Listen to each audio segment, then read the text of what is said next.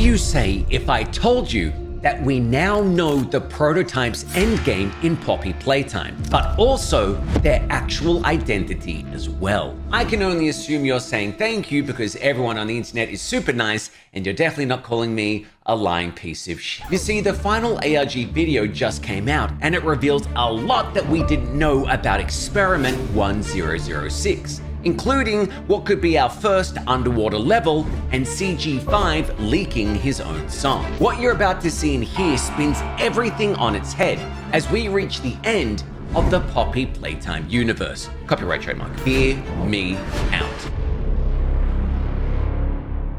Hello and welcome to another edition of Just One More Video Before Bed, Dad, as I break down just what Mob Entertainment gifted us through their insane ARG and the theories I've concocted due to it. This is a continuation of my previous theory video, so be sure to watch that and this until the very end so you don't miss a thing when playing Chapter 5. This week it all started with our favorite Poppy Playtime Discord user, Seeing Reason, just coming back to say thank you and dropping off one more piece of info that would help us. It was then that Playtime Co. intervened like the school's hall monitor, saying this network is off limits and congratulations, you have my attention, after shutting them down completely. Luckily, we still got our hands on the zip archive named Salvation 7Z. And with no other choice, Seeing Reason started to slide into people's DMs to help find the password, but not mine.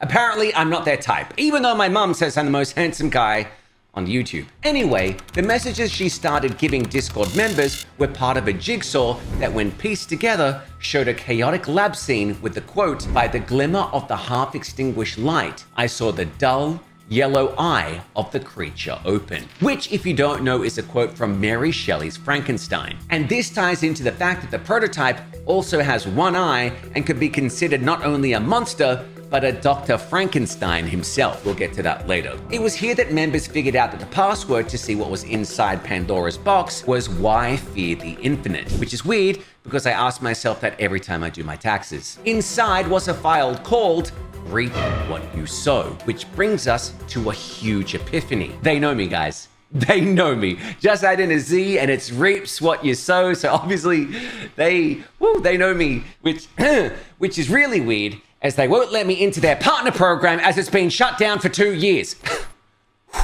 Sorry about that, guys.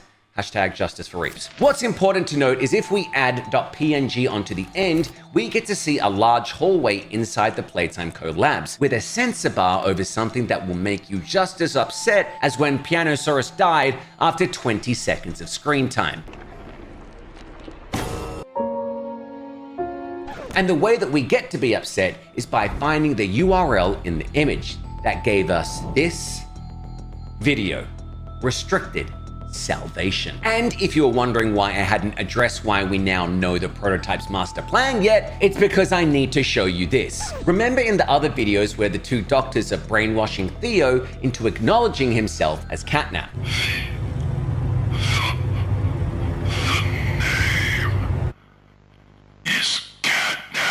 Well, I should really say one of them is brainwashing Catnap with no compassion, that being Jessica. Preston, if I didn't know you, I'd say you sounded like a new guy. As the other faceless doctor is Preston Wallace, the famous PW from the Orientation Notebook. You know, the guy who was exposing all of Playtime Co.'s secrets of what they were doing to the orphans. The guy who literally admitted that he let the experiments out for the hour of joy. The guy who ran away from the very experiments he was trying to help before being captured to an unknown experiment in a cruel twist of fate. That guy. Sorry about the exposition. I had to do that for those who didn't watch the previous vids, as they won't understand the craziness that's about to happen next. Well, Jessica is now all alone in the aftermath of the hour of joy, searching for her trusty co-worker. Preston! Only problem is, all of her employee peers are dead. Case in point. Remember that censor bar in the PNG file? Yeah, well, now you get to see what it was hiding. Ladies and gentlemen, say hello to Bron the dinosaur, the former employee of Playtime Co., who asked to be put into a toy so that he can survive his terminal cancer. Which leads us to our first theory. Mob Entertainment hates dinosaurs. Pianosaurus and now Bron.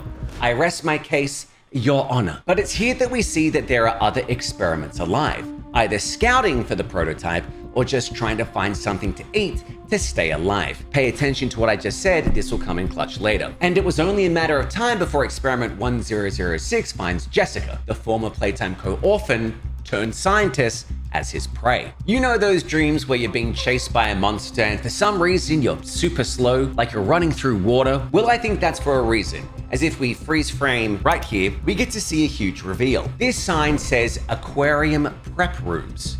What? Underwater experiments now? Are they trying to expand their operations? Something fishy is going on here, and I can't put my finger on it. Little joke there. In fact, that's the joke of the video.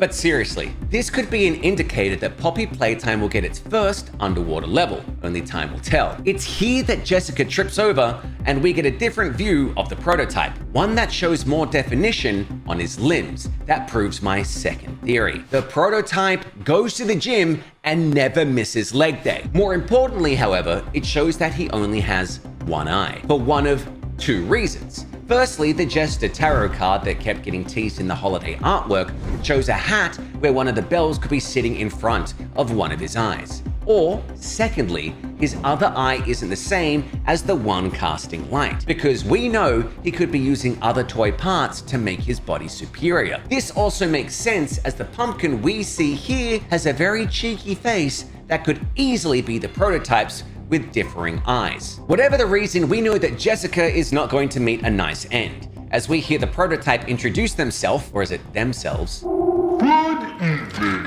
Dr. Newman. Before reminding her on what the Playtime co-scientists kept repeating to experiments like catnap. Now, Doctor, we must.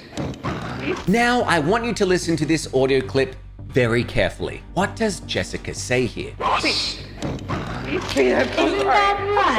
Because this clip has everyone thinking she's saying please Leith Pierre, as though Leith, head of innovation at Playtime, has become experiment 1006. Only problem is that Leith and the prototype were coexisting at the same time. So if she is saying Leith's name, it's probably to blame him, or the prototype killed him and made him part of him, much like Mummy Longlegs. I personally think she's just saying please, as the audio from the prototype is just making it sound odd. But this brings us to the question of who is the prototype? Most people lean towards Elliot Ludwig, the creator of Playtime Co. I think it's safe to say after the death of his actual child Poppy that there's a case to be made that she was not happy being trapped inside a toy just so he can hold on to the past. Because for all intents and purposes, neither of them are human. They had each turned into something horrifying. This is probably the strongest case, but it just doesn't vibe with me. Another theory is that it's the dead boy they found in Ludwig's house, which I'm guessing he was experimenting on to bring back to life as a kind of rehearsal before he tried it on his own daughter. These are all solid takes, where there isn't enough information to say yes or no, obviously. But I do have my own take, a take that can't be verified due to reasons that will become obvious quite soon. I would like to think that the prototype isn't an actual person, in the terms of being a former human being put into a toy in the hopes of resurrection. I like to think that the reason he uses the voices of everyone he meets is because he doesn't have his own voice, his own humanity. He's never experienced it. The prototype, I believe, is the complete opposite of what the Bigger Bodies Initiative is. Instead of putting a person into a toy for immortality, it's a toy that they were trying to make into a person. A divine creation where they tried to play God, much like Frankenstein, and instead made an abomination that signals their rapture. And the only reason I think there is even a shred of credibility with my claims is because of what happens to Jessica and Preston. The prototype, we learn, liked Preston but hated Jessica. Preston was always nice to me. You were never very nice. Were you? Dr. Newman. Which leads to the two separate outcomes of whether you're his bestie or his enemy. Jessica is slain by the prototype's hands, which is a terrible fate. But shockingly, you may actually want to be on his bad side than good side, as we find out that 1006 traps Preston inside Catby, which upon further inspection actually has the limbs of other toys like Boogiebud. This is genius, by the way, because if you remember CatBFan95, who gave us their Bandcamp profile to help us find more lore, their bio states, back in the 90s, my dad used to work for a toy company. He left a lot of audio recordings when he died. Pair that with Preston saying that he has family he wants to get back to. I suppose I'd owe my wife a few explanations, wouldn't I? Not that that makes up for anything. Daughter meet dad, and dad meet daughter. And this makes the prototype trailer make so much more sense on why the prototype has become a cosmetic surgeon. You see, CG5 accidentally leaked his own song, but I won't play it in respect to the debut release in the future. The only thing I will say is that the song is called The Wrong Side Out, because to all those employees, experiments, and orphans that doubt him, the prototype, he operates on them so that their insides are on the outside. He is making them see the error of their ways by quite literally making them look inside themselves thanks to being the wrong side out.